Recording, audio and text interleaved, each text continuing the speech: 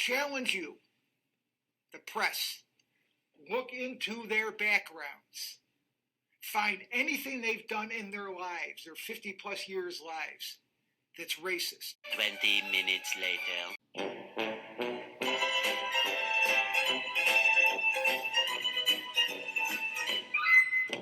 Hey now, what is going on? I'm back at it again with a rather different video for this channel. I thought this one was funny.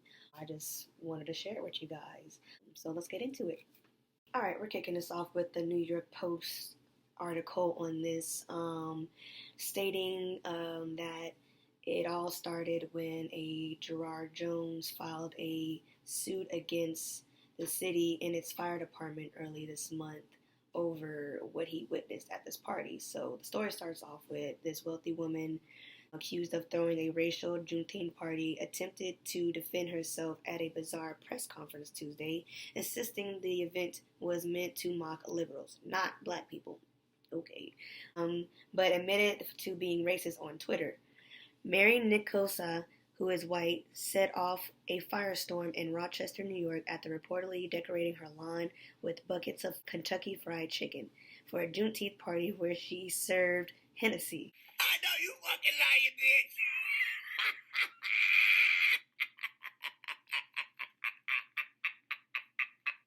bitch. A black firefighter, Gerard Jones, filed a notice to sue the city and its fire department early this month because his boss, Captain Jeffrey Kowerwi, I ain't pronouncing that, fuck him, took him to Nicosa's party while he was on duty. I'm sorry to even have to be here today, but in order for things to change, we have to do difficult things.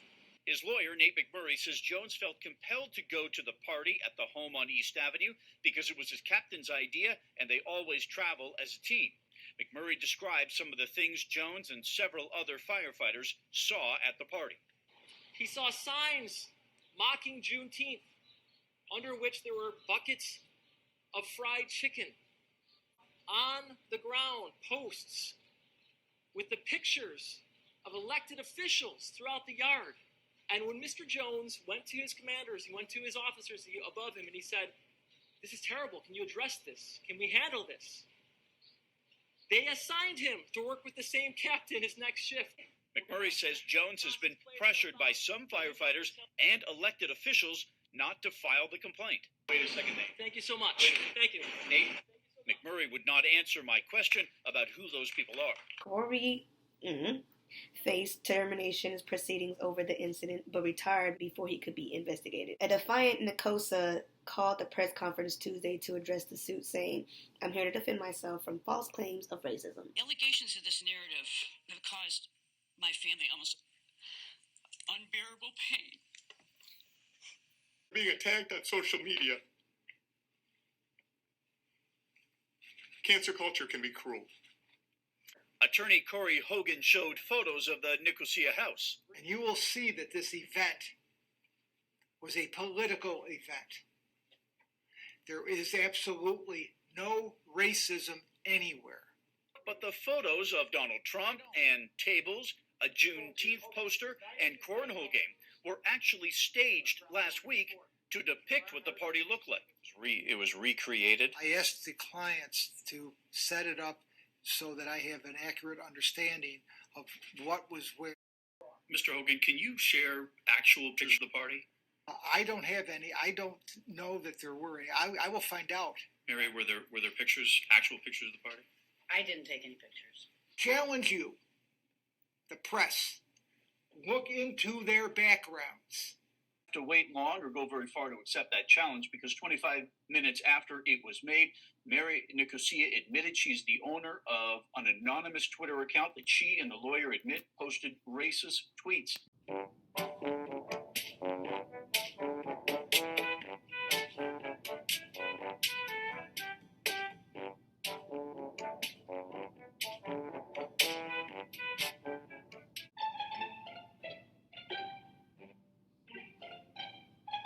As well as other racial stereotypes, including the Hennessy, you had no clue about if, again, you're pushing racist comments on a parody Twitter account. I'm not going to really speak to my parody Twitter account, and I can see where you can try to link the two.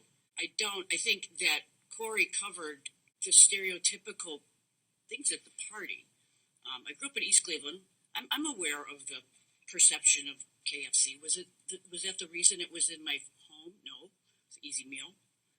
On a parody account. I've made my apologies.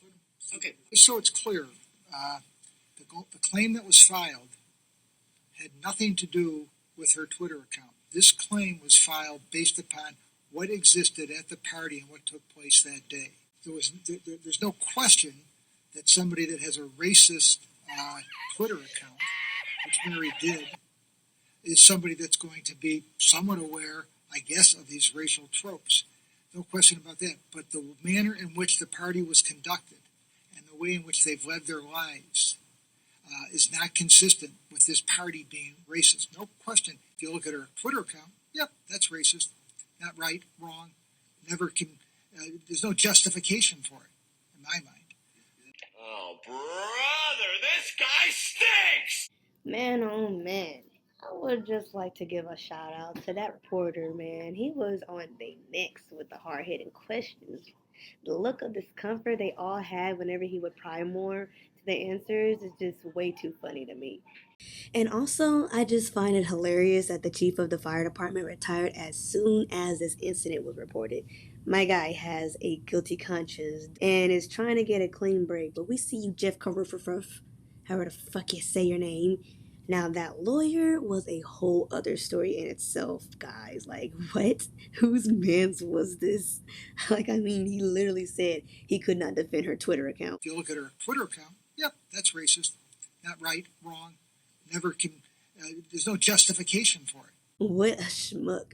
These people are so affluent, but yet can't seem to hire a competent lawyer to defend them against a case like this. I mean, not trying to say anything, but if I was in this case, if I was white, that's a slam dunk. You ain't got no pictures, no case, no face, no case, motherfucker. I mean, he challenged the internet. Like, come on. What did you think would come out of playing chicken with the internet? As soon as he dared the public, it's the husband's reactions for me. He was like, hey guy, hey, maybe just don't do that. A crazy silly fool. Man, was this story something? But in all seriousness, being actually racist isn't something to parody as they are trying to claim they were doing. As far as I know, the story hasn't gone anywhere besides this little viral tidbit. Other than that, my thoughts and opinions on this, my thing is just that the husband tried to say that it's because of cancel culture being cruel. No, it's the simple facts of life that you guys just can't lead a life where you think everything is not going to come back to you. You guys just can't say things or do things and thinking that, one, karma or everybody in the world is just going to let that shit slide. Nowadays, it's not going to happen like that. And there's certain things that cancel culture I feel is bullshit. They pick and choose who they want to outrage over, but things like this, yeah, I definitely stand on. This is your fault. You should have known better. You're freaking 52 or however you are, and you should know better. These are people's lives, and we are human beings. There's no reason for us to basically be subjected to this type of behavior and or actions from old individuals. We should be way past this, but unfortunately we're not. So it is what it is. That concludes my video. If you guys want to leave a like and subscribe, I will be here next Thursday for a new video on being puppy cat before the new episodes come out. And just basically I'm just gonna leave this quote here from the person underneath this article who sums it up pretty nicely. Other than that, I will see you guys in the next video. Talk to you guys later. Deuces.